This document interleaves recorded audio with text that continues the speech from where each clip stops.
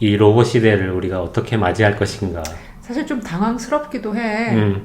쟤네를 어떻게 받아들여야 되는지. 그냥 내 생활이 편해지는 것만을 봤을 때는 긍정적이지만 이제 거기에 따르는 항상 모든 일에는 양 사이드가 있는 거니까 부정적인 면들도 같이 따라올 거란 말이야. 이제 그것들을 어떻게 컨트롤을 하고 그걸 또 우리가 어떤 식으로 받아들여야 되고 그런 걸 어떤 식으로 이제 그 제도를 정비를 하고 이런 많은 것들을 생각하면은 이게 단순한 문제가 아닌 것 같아.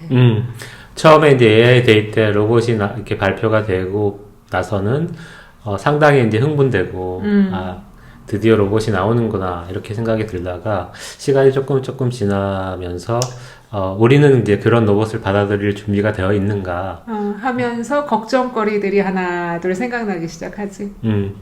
뭐 일단은 그런 것들을 잘 고려를 해서 조심스럽게 일론이 로봇을 발표했다라고도 생각이 드는데 우리가 하는 걱정, 그러니까 로봇이 우리에게 도움을 주는 것뿐만이 아니라 위협이 되지 않을까라는 우려 이런 것들을 상당히 일론도 많이 고려를 해서 그 발표 자료를 보면 강조했던 것 중에 하나가 프렌들리. 프렌들리 해야지. 그리고 그 사람에 대한 위협을 최소화하기 위해서 그 물리적인 디자인을 보면 얘가 어떤 슈퍼 파워를 갖지 않은 우리에게 도움을 줄 수 있는 정도의 능력만 가진 물리적인 능력. 그러니까 보조적인 인간을 보조하는 능력 정도. 그래서 어떤 그 피지컬한 능력도 인간보다는 약간 못한. 키는 173cm에 몸무게 그 무게는 57kg. 아이디어란 몸매야. 뭐 물건을 나를 수 있는 능력은 한 20kg 정도. 그러니까 이제 요즘 뭐 쌀포대 뭐 이게 한 20kg 정도 되잖아. 뭐 그 정도 나를 수 있고 뭐 달리는 이동 능력을 봤을 때는 8km per hour. 시속 1시간에 8km. 한 8km 정도 달릴 수 있고 나보단 빠를 것 같아. 달리는 게 아니라 이제 빠른 속도로 걷는다라고 하면 그 정도고 달릴 수 있는 능력을 주지 않을 것 같아. 그럼 굳이 필요한가? 달리는 능력이? 그렇지. 그래서 달릴 수 있는 능력을 주지 않으면서 이제 일론이 그 AI에 대해 무슨 얘기를 했냐면 너가 충분히 도망갈 수 있을 만큼 정도의 이동 능력밖에 주지 않을 거다라고 얘기를 했다고. 그러니까 이런 것들을 보면 일론도 이제 AI나 이런 로봇 기술에 대해서 우려를 상당히 많이 하는 사람 중에 하나거든. AI가 인류를 멸망시킬 수도 있다. 그래서 우리는 상당히 조심스럽게 이것을 접근해야 된다라고 예전부터 얘기했던 사람이 일론이기 때문에. 그래서 그 모양 있잖아. 그 모양도 보면은 저게 남자가 아니라 여자란 말이야. 이렇게 여자야? 봤을 때. 저건 남자가 아니지. 여자야. 가슴 없는 여자거든? 그게 이제 남자 몸이면 우리가 보통 약간 좀 위협을 더 느끼잖아. 그래서 저거를 선처리를 여자 몸처럼 선처리를 한 것 같아. 뭐 그런 느낌이 있는 것 같아. 여성스러운 느낌이 있고 사람들에게 그 혐오감이나 위협감을 주지 않을 듯한 그런 모습으로 등장시키려고 노력했던 것 같고 그 다음에 처음에 가장 강조했던 것이 이제 프렌들리한 로봇을 만들려고 한다라는 거고 그 로봇은 이제 범용적으로 활용할 수 있는 그래서 우리가 반복적이고 위험하고 그 다음에 귀찮은 일들을 대신 해줄 수 있는 그런 도움이 되는 로봇을 만들려고 한다. 사람의 모습을 가지고 있는. 그러니까 똘똘한 로봇이 아니라 그냥 일 잘하는 로봇을 만들고 싶은 거잖아. 똘똘할 필요는 전혀 없잖아. 그렇지. 똘똘하지 않고 자기 스스로 어떤 것을 판단하거나 그러지 않고 그냥 시키는 거 잘하고 그러는 로봇인 거지. 그래서 테크니컬 디테일을 보면은 가장 이제 눈에 띄는 게 휴먼 레벨 핸드, 그러니까 사람의 손의 움직임 정도의 능력을 가지는 손을 만들겠다라고 얘기를 한 것 같고. 저게 상당히 힘든 작업일 것 같은데 왜냐하면 사람 손 같은 경우는 인체 중에서 가장 많은 혈관과 신경을 갖고 굉장히 섬세한 동작도 다 할 수가 있단 말이야. 그래서 그만큼 섬세하게 디자인이 돼야지만 인간의 손을 대체를 할 수 있을 텐데. 어쨌든 뭐 일을 잘하고 사람의 도움을 주기 위해서는 이 팔과 손의 능력이 중요하지. 그게 없으면 안 되지. 그래서 저기 보면은 어떤 40개의 일렉트로미케니컬 액추에이터를 단다라고 했는데 팔하고 손에 들어가는 게 24개. 그러니까 반 이상이 이제 팔하고 손에 들어가고 그 중에 이제 손에 들어가는 게 12개가 들어간다라고 되어 있기 때문에 그쪽의 비중이 얼마나 높은지 팔과 손의 이제 운동 능력을 최대화해서 그래도 일을 잘할 수 있는 그런 능력을 주겠다라고 이제 발표를 했어. 테슬라 봇이 세상에 나오게 된다면 어떤 일들을 당신한테 해줬으면 좋겠어? 이제 나야. 주로 그러니까 내 직업을 빼고 집에서 하는 일들을 대신 해줬으면 좋겠지. 뭐 예를 들면 뭐 청소, 빨래, 뭐 설거지, 요리, 그다음에 간단한 뭐 가드닝, 내가 하는 것들 있지. 뭐 잡초를 뽑는다던가 이런 가드닝. 그다음 뭐 그런 것들이지.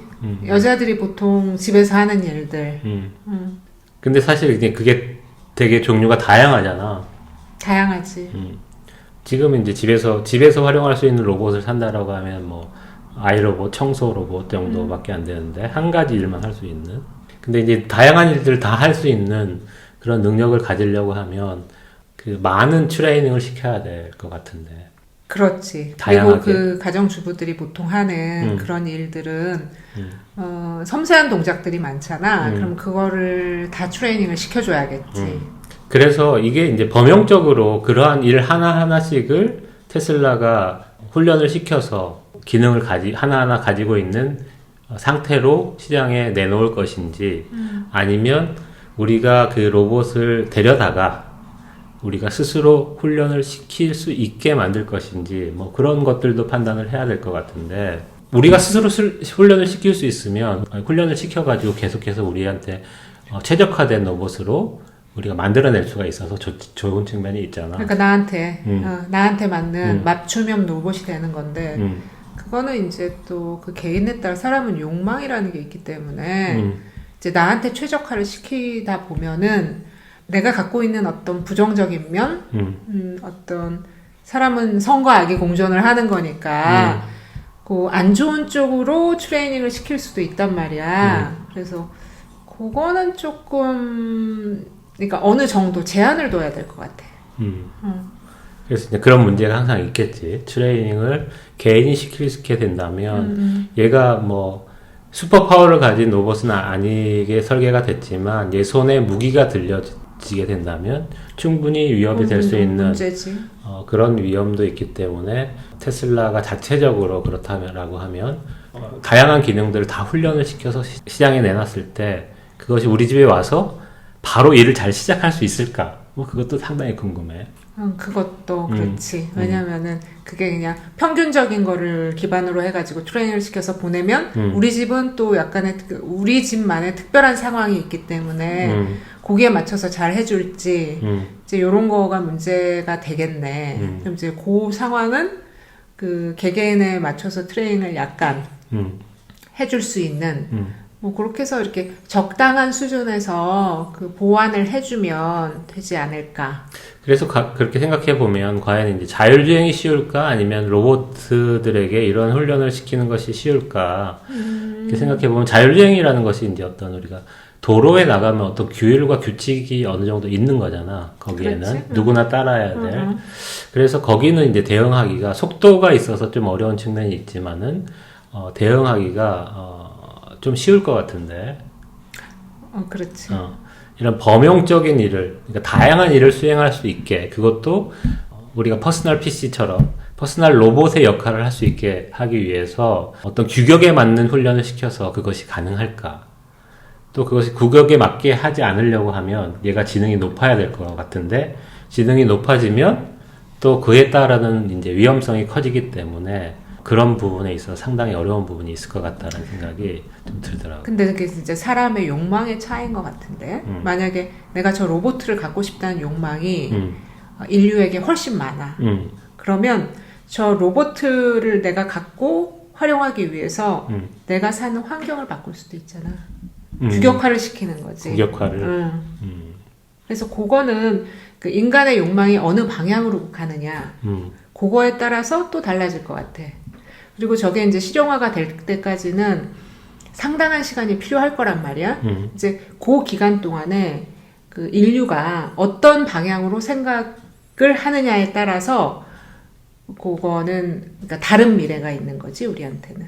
그래서 상당히 이제 로봇이 우리 생활에 들어오는 과정에서 뭐 상당한 변화가 필요할 것 같고 기술 발전의 속도가 아주 빨라서 로봇을 만들 수 있는 능력을 우리가 점점 갖추어 나가는데 로봇과 함께 사는 그런 것을 해보지 않았기 때문에 이건 상당히 이제 어려운 과정일 수도 있겠다라는 생각이 들더라고. 그치, 지금 우리의 생각으로는 그렇지만 또 이제 같이 살다 보면 또 거기에 익숙해지다 보면 우리 생각도 바뀔 수가 있는 거고